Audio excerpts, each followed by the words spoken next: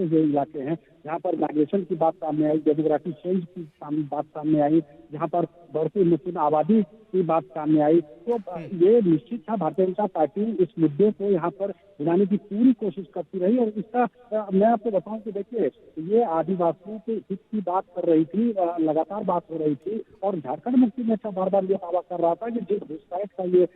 दावा कर रहे हैं, इस इलाके में कहीं भी घुसपैठ नजर नहीं आ रहा, कहीं घुसपैठिया नजर नहीं आ रहा है। और इन्होंने ये दावा किया था कि जब जो घुसपैठ की बात कर रहे हैं वो कम से कम एक घुसपैठिए को सामने को लेकर आए। तो कहीं न कहीं ये जो सवाल और जवाब का जो दौर चला, इस बीच में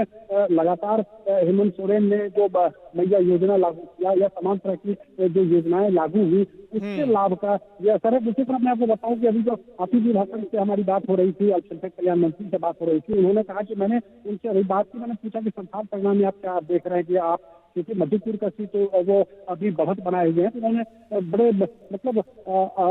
सहज अंदाज में ये बात उन्होंने कहा कि कुल 18 सीट भारतीय जनता पार्टी को अगर 1-2 सीट भी मिल गई तो ये इनके लिए उपलब्धि होगी। यानी कि इसको आप कहिए कि एक तरह से ओवर कॉन्फिडेंस या कि आत्मविश्वास है महागठबंधन के प्रत्याशियों का, जो ये शुरू से लेकर चल रहे थे। तो कुल मिला के कहा जाए कि इलाके में जिस तरीके से भारतीय जनता पार्टी ने यहाँ पर कैंपेन चलाया या जिस तरीके से मतदाताओं को रिझाने की कोशिश की, तो बहुत कोई खास इसका लाभ होता हुआ नजर नहीं आया। जी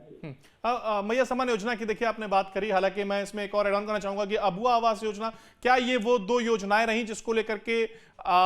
ये जो जीत दर्ज हुई या ये जो रुझान सामने आई, एक बड़ी भूमिका रही? क्योंकि महिलाओं के वोट बैंक की बात की जा रही है, और देखिए महिला का वोट बैंक है तो इसका जिक्र मुझे याद आ रहा है कल्पना सोरेन को लेकर के, क्योंकि उन्होंने भी महिला वोट बैंक अपने पाले में करने की कोशिश की। और आदिवासी समुदाय की जब हम बात करते हैं तो उन्होंने कहा देखिए अगर उन्हें योजनाएं मिल रही हैं और उनका नेता यानी कल्पना सोरेन की अगर हम बात करें वो जनता के बीच में है, तो क्या महिला वोट बैंक ने अहम कड़ी निभाई ये जो रुझान सामने आए इसको लाने में?